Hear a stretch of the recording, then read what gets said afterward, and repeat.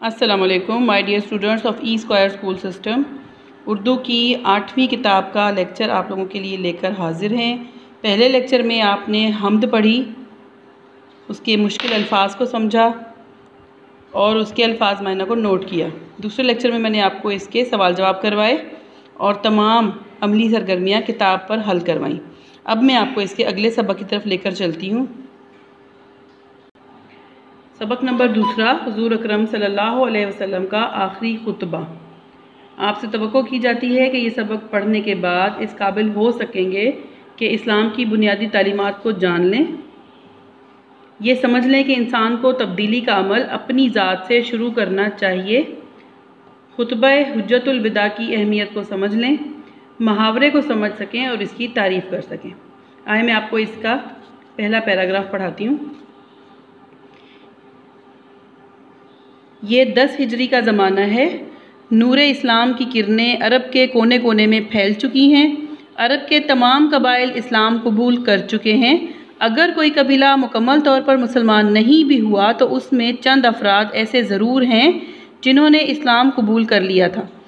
البتہ یہودیوں، عیسائیوں اور آتش پرستوں کی مختصر آبادیاں کہیں کہیں اپنے مذہب پر قائم تھیں، لیکن وہ اسلامی حکومت کی بالادستی کو تسلیم کرتی تھیں۔ اس لیے اب وہ موقع آ گیا تھا کہ لوگوں کو ایک جگہ جمع کر کے اسلامی تعلیمات کا خلاصہ ان کے سامنے رکھ دیا جائے۔ اس کے علاوہ صدیوں کے بعد یہ پہلا موقع تھا کہ جب حج مکمل اسلامی طریقے سے اور اپنے صحیح وقت پر ادا ہونا تھا۔ لوگوں کو حج کے آداب اور احکام کی تعمیل دینا اور ان کی تربیت کرنا ضروری تھا۔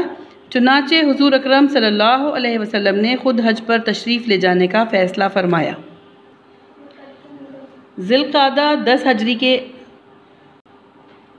یعنی کہ اسٹوڈنٹس ذی القعدہ جو مہینہ ہوتا ہے، اسلامی مہینہ ذی القعدہ 10 ہجری کے آخری ایام میں یعنی کہ آخری دنوں میں مدینے کے لوگوں نے ایک پکارنے والے کی پکار سنی، اور وہ پکار یہ تھی کہ لوگوں، اللہ کے نبی صلی اللہ علیہ وسلم اس سال حج کے لیے تشریف لے جائیں گے۔ اس پکار نے لوگوں کے دلوں میں ہلچل مچا دی۔ حضور صلی اللہ علیہ وسلم کے اس ارادے کی اطلاع عرب کے دوسرے قبائل تک بھی پہنچا دی گئی۔ یہ اعلان سنتے ہی حضور اکرم صلی اللہ علیہ وسلم کے ساتھیوں نے روانگی کی تیاری شروع کر دی۔ ہر شخص کی خواہش تھی کہ وہ اس مبارک سفر میں حضور صلی اللہ علیہ وسلم کا ساتھی بنے۔ عرب کے دوسرے قبائل سے بھی دن رات لوگ سفر حج میں شمولیت کی غرض سے مدینہ منورہ پہنچنے شروع ہوئے۔ اس طرح انسانوں کا ایک جمع غفیر جمع ہو گیا۔ اسٹوڈنٹس، اس لیسن کا یہ پہلا محاورہ ہے۔ آپ نے مقاصد میں سمجھا تھا کہ آپ محاورے کو سمجھ سکیں اور اس کی تعریف کر سکیں۔ جمع غفیر جمع ہونا کا مطلب ہے بہت زیادہ رش لگ جانا۔ چنانچہ 2 ذی القعدہ 10 ہجری کو جب حضور اکرم صلی اللہ علیہ وسلم مدینہ منورہ سے حج کے لیے روانہ ہوئے تو 1 لاکھ سے زیادہ افراد آپ صلی اللہ علیہ وسلم کے ہمراہ تھے۔ فضا میں ہر طرف لبیک اللہم لبیک کی صدائیں گونج رہی تھیں، اور صدیوں کے بعد یہ پہلا موقع تھا کہ حج خالص سنت ابراہیمی کے مطابق ادا کیا جانا تھا۔ آپ صلی اللہ علیہ وسلم راستے میں ہر مرحلے پر لوگوں کو مناسک حج کی تعلیمات دیتے ہوئے مکہ کی طرف بڑھ رہے تھے۔ مکہ مکرمہ پہنچ کر آپ نے مناسک حج عطا فرمائے۔ ذوالحلیفہ کے مقام پر پہنچ کر آپ صلی اللہ علیہ وسلم نے احرام باندھا اور پھر مکہ مکرمہ کی جانب روانہ ہوئے۔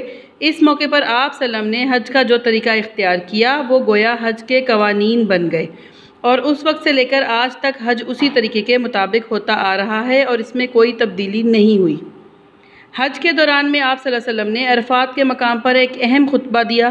یہ خطبہ اپنے اختصار اور جامعیت کے اعتبار سے، اختصار کا مطلب ہے مختصر ہونا، شارٹ ہونا، جامعیت کا مطلب ہے مکمل ہونا، کمپلیٹ ہونا، یعنی کہ یہ لاسٹ سرمن آخری خطبہ اپنے شارٹ اور کمپلیٹ ہونے کی وجہ سے اختصار اور جامعیت کے اعتبار سے اسلامی تعلیمات کا نچوڑ ہے۔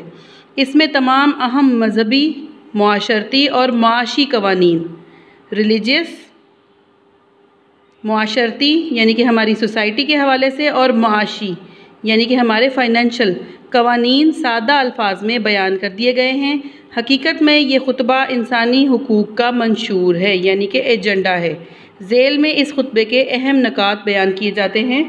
نبی کریم صلی اللہ علیہ وسلم نے ارشاد فرمایا، لوگوں میری بات غور سے سنو، ہو سکتا ہے کہ اس سال کے بعد اس جگہ دوبارہ تم سے ملاقات نہ ہو سکے۔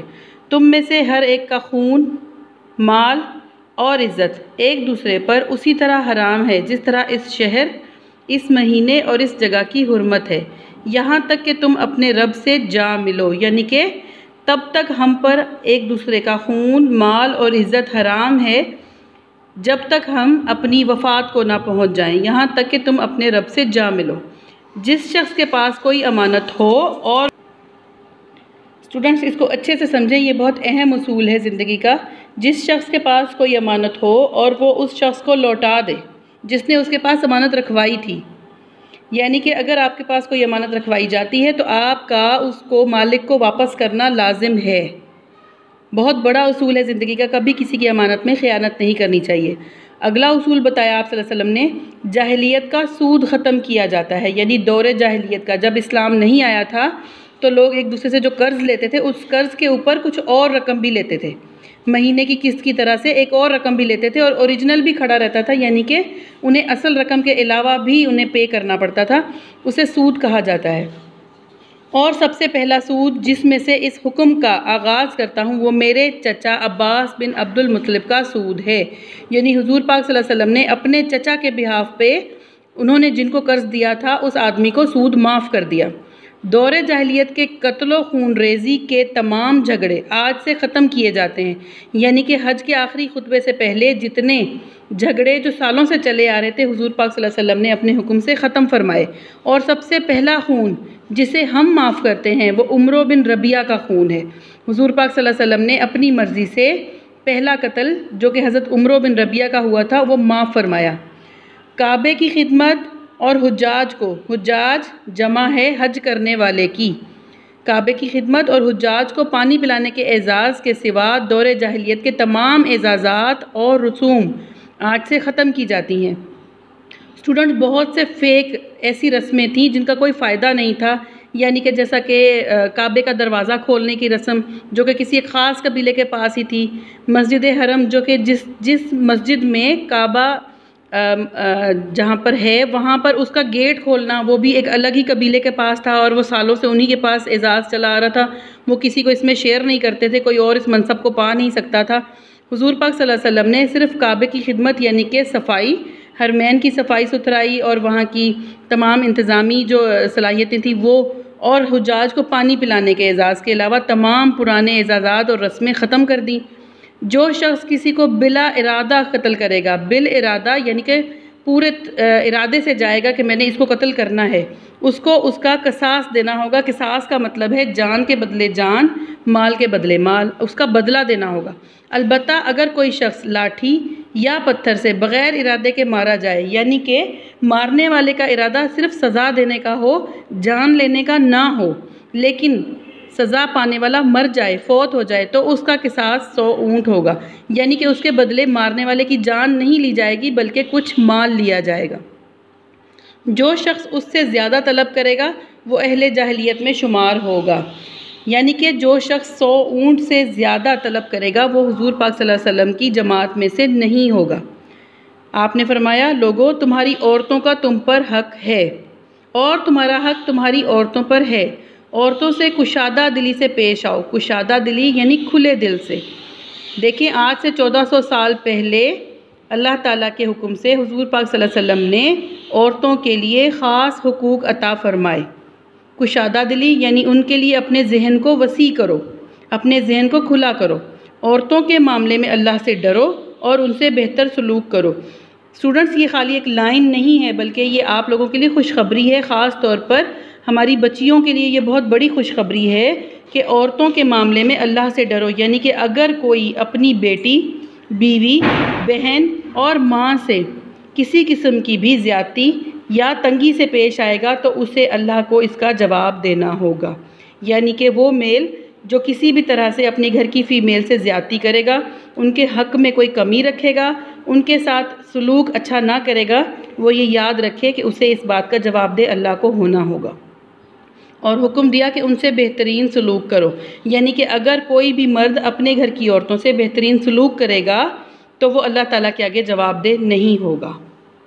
اسٹوڈنٹس آپ لوگوں کو میں نے آدھا لیسن پڑھ کے سنایا ہے، آپ لوگ اس لیسن کو کمپلیٹ پڑھیں۔ اگر آپ کو کوئی لفظ اس میں مشکل لگتا ہے تو اسے بار بار دہرائیں۔ میں آپ کو اگلے لیکچر میں اس کا بقایا حصہ پڑھ کے سناؤں گی تاکہ آپ اس کا اچھے سے ان کی پروناؤنسیشن سمجھ سکیں اور اس کو میننگ کے ساتھ بھی سمجھ سکیں۔ آج کی آپ کے لیکچر کے اختتام پہ میں آپ کو اگلے پیج تک پڑھنے کے لیے کہہ رہی ہوں تاکہ آپ اس کا اگلا لیکچر جب مجھ سے سنیں تو آپ کو اندازہ ہو جائے کہ اگر آپ کی کوئی غلطی ہے تو آپ اسے دور فرما لیں۔ Thank you.